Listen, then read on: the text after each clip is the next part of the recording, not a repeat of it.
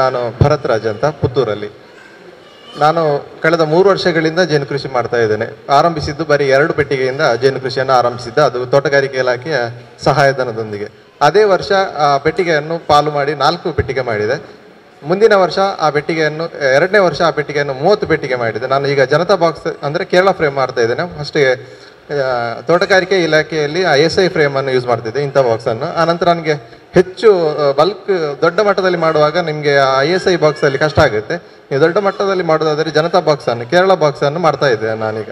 ಈ ವರ್ಷ ಕಳೆದ ವರ್ಷ 20 ಇದ್ದದ್ದು, ಈ ವರ್ಷ 40 ಬಾಕ್ಸ್ ಆಗಿ ಪಾಲು ಮಾಡಿ ಹೆಚ್ಚು ಮಾಡಿದ್ದೇನೆ, 40 ಬಾಕ್ಸ್ ಮಾಡಿದ್ದೇನೆ. ಈ ವರ್ಷ ಈಗಾಗಲೇ ನನಗೆ ಸುಮಾರು ಒಂದು 10 ಜನ ಜೇನು ಕುಟುಂಬವನ್ನು ಕೇಳಿದ್ದಾರೆ.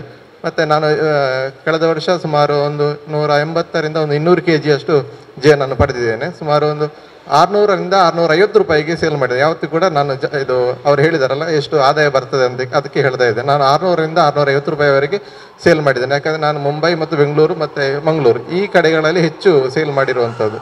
ಯಾಕಂದರೆ ನಾವು ಎಲ್ಲಿ ಜೇನು ಬೆಳೀತಾ ಇಲ್ವೋ ಆ ಕಡೆ ನಾವು ಮಾರ್ಕೆಟಿಂಗನ್ನು ಹೆಚ್ಚು ಪ್ರಯತ್ನ ಮಾಡಬೇಕು. ಯಾಕಂದರೆ ನೀವು ಪುತ್ತೂರು ಸುಳ್ಯ ಕಡೆ ಹೋದರೆ ನಿಮಗೆ ಹೆಚ್ಚು ಇದು ಜೇನು ಫಸಲು ಇದೆ.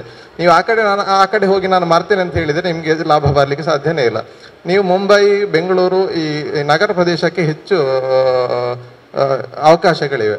ಮತ್ತು ನಾನು ಇನ್ನೊಂದು ಏನಂದರೆ, ನಾನು ಬರೀ ಖಾಲಿ ಈ ಜೇನು ಬಾಟ್ಲಿಟ್ಟು ಮಾರೋದಕ್ಕಿಂತ ಬದಲು ಜೇನು ಬುಟ್ಟಿ, ಜೇನು ಸ್ಮರಣಿಕೆ ಆ ಥರ, ಅಂದರೆ ವ್ಯಾಲ್ಯೂ ಆ್ಯಡೆಡ್ ಆಗಿ, ಅಂದರೆ ಬರೀ ಜೇನನ್ನೇ ನೀವು ಸ್ಮರಣಿಕೆಯಾಗಿ ಕೊಡೋ ಥರ, ಮತ್ತು ಮಕ್ಕಳಿಗೆ ಬರ್ತ್ಡೇಗೆ ನೀವು ಗಿಫ್ಟ್ ಕೊಡೋ ಥರ, ಆ ಥರ ಕಾನ್ಸೆಪ್ಟಲ್ಲಿ ನಾನು ಸೇಲ್ ಮಾಡ್ತಿದ್ದೇನೆ.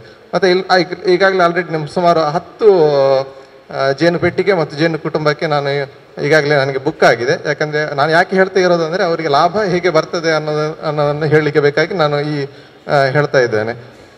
ಸುಮಾರು ಒಂದು ಪೆಟ್ಟಿಗೆಗೆ ಇದು ಜೇನು ಕುಟುಂಬ ನಾನು 2000 ರೂಪಾಯಿಗೆ ನಾನು ಸೇಲ್ ಮಾಡ್ತಾ ಇರುವಂಥದ್ದು ಈಗ. ಮತ್ತು ಅವರು ಒಂದು ಹೇಳಿದರು, ಮಂಗಗಳ ಉಪದ್ರ ಇದೆ ಅಂತ.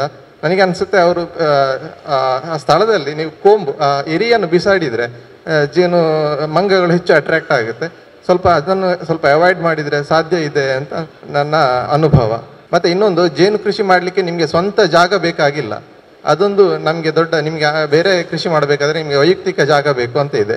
ಬಟ್ ಜೇನು ಕೃಷಿಗೆ ಹಾಗಲ್ಲ, ನಿಮಗೆ ಬೇರೆ ಯಾರದೋ ತೋಟದಲ್ಲಿ ಜೇನು ಪೆಟ್ಟಿಗೆ ಇಡ್ಬೋದು. ಯಾಕಂದರೆ ಅವರಿಗೆ ಪಾಲಿನೇಷನ್ ಆಗಿ ಅವರ ಕೃಷಿ ಹೆಚ್ಚು ಆಗುತ್ತೆ, ಅಂದರೆ ಪರಾಗಸ್ಪರ್ಶ ಕ್ರಿಯೆ ಹೆಚ್ಚಾಗಿ ಅವರಿಗೆ ಲಾಭ ಹೆಚ್ಚಾಗುತ್ತೆ, ಜೊತೆಗೆ ನಮಗೂ ಕೂಡ ಲಾಭ ಇದೆ.